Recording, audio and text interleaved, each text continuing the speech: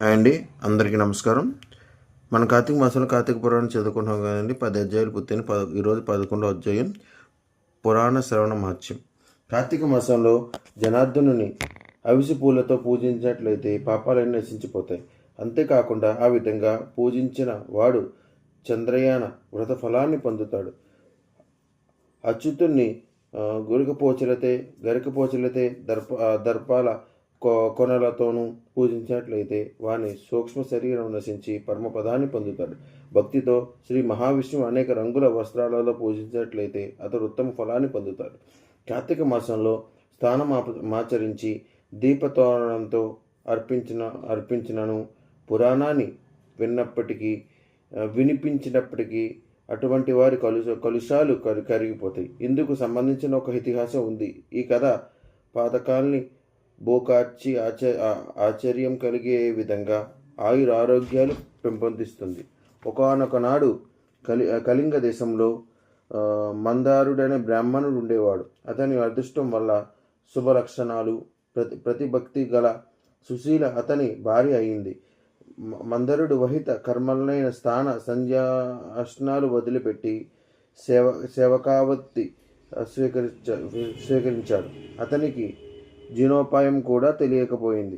ఆ పరిస్థితుల్లో కూడా సుశీల తన భర్త మీద ఎప్పుడూ అసూయ పడడం కానీ, బ్రతుకు తెరుపు తెలియని బడుగు బావుడని నిందించడం కానీ చేయలేదు.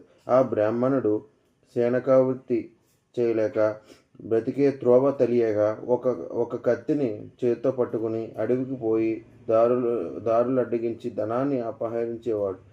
ఇతర దేశాలు పోయి అక్కడ వస్తువులను కొని తెచ్చి కుటుంబాన్ని పోషించుకుంటున్నాడు.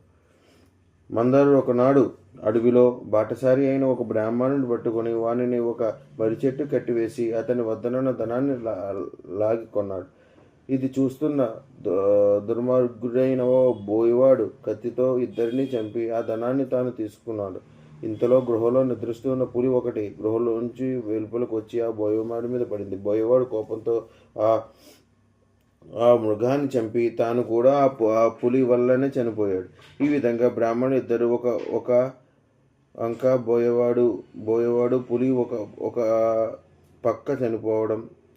ఇంతలో యమదూతలు వచ్చి ఆ 4 జీవుల్ని తీసుకుని పోవడం జరిగింది. వాళ్ళు చేసుకున్న కర్మల ఫలితంగా కాలయోత్రమనే నరకంలో అనేక రకాలైన బాధలను అనుభవించారు.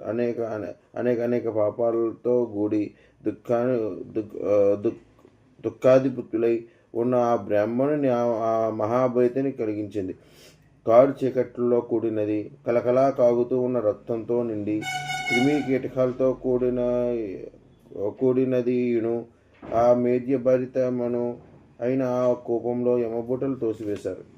ఆ విధంగా బాధలు పొందుతూ ఉన్న మందారుని భార్య అయిన సుశీల సదాచార పరాయణ తన ధర్మాన్ని విడిచిపెట్టకుండా నియమాలను పాటిస్తూ విష్ణుభక్తి పరాయణు వలె సజ్జనులతో గోష్ఠి జరుపుతూ వారి మూలంగా అన్ని ధర్మాలు తెలుసుకుంటూ ప్రతిభక్తి వదలకుండా కాలం గడుపుతుంది. ఆమె అదృష్టవంశం వల్ల ఒకనొకనాడు ఒక సన్యాసి వచ్చాడు.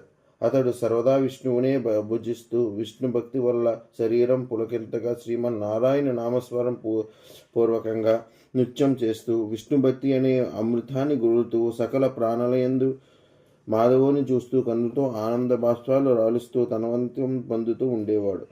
ఆ సన్యాసిని సుశీల ఆర్ఘ్యపాద్యలిచ్చి ఆదరించి భిక్షనొసగే స్వామి, తాను రాక మా ఇంటి గృహస్థులకు అరుదు కదా, మా వారు ఇంటి లేరు, నేనొకతనే అతన్ని దానిస్తూ ఒంటరిగా కాలం గడుపుతున్నానంది. ఆమె మాటలు విన్న యోగి, అమ్మ, సాయంకాలం విష్ణు భగవాను మూల పురాణం చదవాలి. నేను నూనె తీసుకుని వస్తాను. నీవు ఒత్తి ఒకటి చేసి ఇవ్వు. నేడు కార్తీక పౌర్ణమి. ఈ వేళ దీపదానం మొదలైన వాటిని చేసిన వారికి పుణ్యం అపారం అని చెప్పాడు. సుశీల యోగి చెప్పిన మాటలకు ఎంతో సంతోషించింది. ఇల్లు ఆవుపేటతో వాళ్ళకి స్వస్తికం సర్వతో భద్రం మొదలైన ముగ్గులు పెట్టి ప్రతి చెక్క పెట్టి 2 ఒత్తులు వేసి ఆ సన్యాసి తెచ్చిన తైలంతో శ్రీమన్నారాయణకి దీపారాధన గావించింది. దీప ప్రమిదను ఒత్తిని ఇచ్చి తాను సంతోషపడుతూ ఉండగా ఆ యోగి అక్కడ విష్ణువుని పూజించి ఆత్మ పరిశుద్ధికి పురాణం చదువుతున్నాడు. తర్వాత ఆ సుశీల ఇంటింటికి పోయి అందరినీ పిలిచి వచ్చింది. వచ్చిన వారితో కూడా తాను ఏకాగ్రచిత్తుతో పురాణం వింది. తర్వాత నాయితను వచ్చిన త్రోవను వెనుక గ్రామం వెళ్ళిపోయాడు. సుశీల భగవద్ధ్యానం చేతను తత్వజ్ఞానం వలను ఏ పాపాలు లేకుండా మరణించింది. అప్పుడు నాలుగు చేతులతోనూ తమ్రంబోలు కన్నులతోనూ పీతాంబరులై శంకు చక్ర గదాయుధాలు ధరించిన వారి కమలల లాంటి శరీర ఛాయ కలవారే సూర్యుని వలె తేజస్సు కలిగి ఉన్న విష్ణుదూతలు దివ్య విమానానికి ఎక్కి వచ్చారు. ఆ విమానందను ధ్యానవనంలో పూచిన అనేక రకాల పువ్వులతోనూ ముత్యాల పగడాలు రత్నాలు మొదలైన వాటితోనూ వింత వింత భూషణాలతోనూ అమూల్య వస్తువులతోనూ అలంకరించబడి ఉంది. సుశీలను ఆ విమానం మధ్య కూర్చుండబెట్టి విమానంతో ఆమెను సేవిస్తూ భజనలు నృత్యాలు చేస్తూ జయకొడుతూ వైకుంఠం తీసుకుని పోతున్నా. ఆ విధంగా సుశీల వైకుంఠం పోతూ మార్గంలో కనిపించిన నరకలోకాన్ని చూసి ఆశ్చర్యపోతూ విష్ణుదూతలారా, ఒక విషయం రాగండి. మా వారు భౌతిక దేహాన్ని విడిచిపెట్టి మరి ముగ్గురితో కలిసి అంధకుండంలో పడి ఉన్నారు. దీనికి కారణం ఏమిటో నాకు చెప్పండి అని అడిగారు. ఆమె మాటలు విన్న విష్ణుదూతలు, ఓ పూజ్యురాలా, మూఢాత్ముడి నీ భర్త ఇతరులకు దాచుడే దానకృత్యాలు చేస్తూ దొంగతనం పరాది అపహరణల వల్ల పొద్దురు పురుచు వేదికచారాలు విడిచిపెట్టి అపరిశుద్ధ పదంలో జీవనయాత్ర సాగించి వినడం వల్ల నరకలోకం పొందాడు. ఆ రెండవ బ్రాహ్మడు తన స్నేహితుని చంపాడు. బాల్యం నుంచి తనకు ప్రాణంతో సమానంగా చూచుకుంటూ తన స్నేహితుని చంపి అతని ధనాన్ని కొలగట్టి దేశాంతరాలు పోతూ ఉండగా నీ భక్త ఆ ధనం కొరకు వారిని చెట్టు కట్టి కృత్యుడయ్యాడు. దారి మధ్యలో మిట్ట మధ్యాహ్నం ఓ బోయేవాడు నీ భర్తను చంపి ఆ ద్రవ్యాన్ని లాక్కున్నాడు. ఆ వేటగాన్ని పులి తన పంజతో కొట్టింది.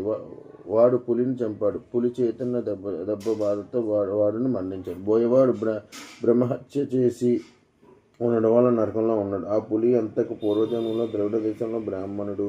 వాడు ఇది వినదగింది, ఇది తినకూడనిది, భక్ష్యాది వివేచనం అనే జ్ఞానం లేక త్రైలపక్యాలైన ఆహార వస్తువులని భుజించడం వల్ల నరకలోకం చేరుకున్నాడు అన్నాడు.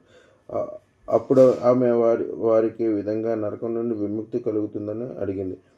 విధంగా అప్పుడు వారు, అమ్మ, కార్తీక మాసంలో నువ్వు పురాణ శ్రవంతో సంపాదించుకున్న పుణ్యాన్ని భర్తకు ఇవ్వు. నీ అతికి వత్తిని ప్రమిదని ఇవ్వడం వల్ల కలిగిన పుణ్యాన్ని పులికి, వేటగానికి, పురాణ శ్రవణానికి అందరూ పిలిచినందువల్ల కలిగిన ఫలితాన్ని స్నేహితుని చంపిన వానికి ఇచ్చినట్లయితే వారి నలుగురు విముక్తి కలుగుతుంది. ఇందుకు సందేహం ఏమీ లేదని చెప్పారు. సుశీల ఆశ్చర్యపడి వారి విముక్తి కోరికను ఉద్యోగంగా ఆ ఫలితాన్ని వారికి దారిపోయిగానే వారు నరకం నుండి విముక్తి పొంది విమానం ఎక్కి ఆమెను పొగడుతూ వైకుంఠం చేరుకున్నారు. వారందరూ జ్ఞానగమ్యుడైన విష్ణువు యొక్క పదం పొందారు. అందువల్ల కార్తీక మాసంలో పురాణ శ్రవణం చేసేవాడు వైకుంఠం పొందుతారు.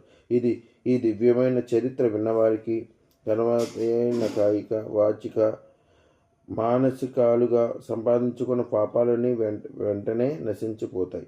ఇది శ్రీ స్కంద పురాణాంతర్గత కార్తీక మహత్య మండలి 11వ అధ్యాయం సంపూర్ణం.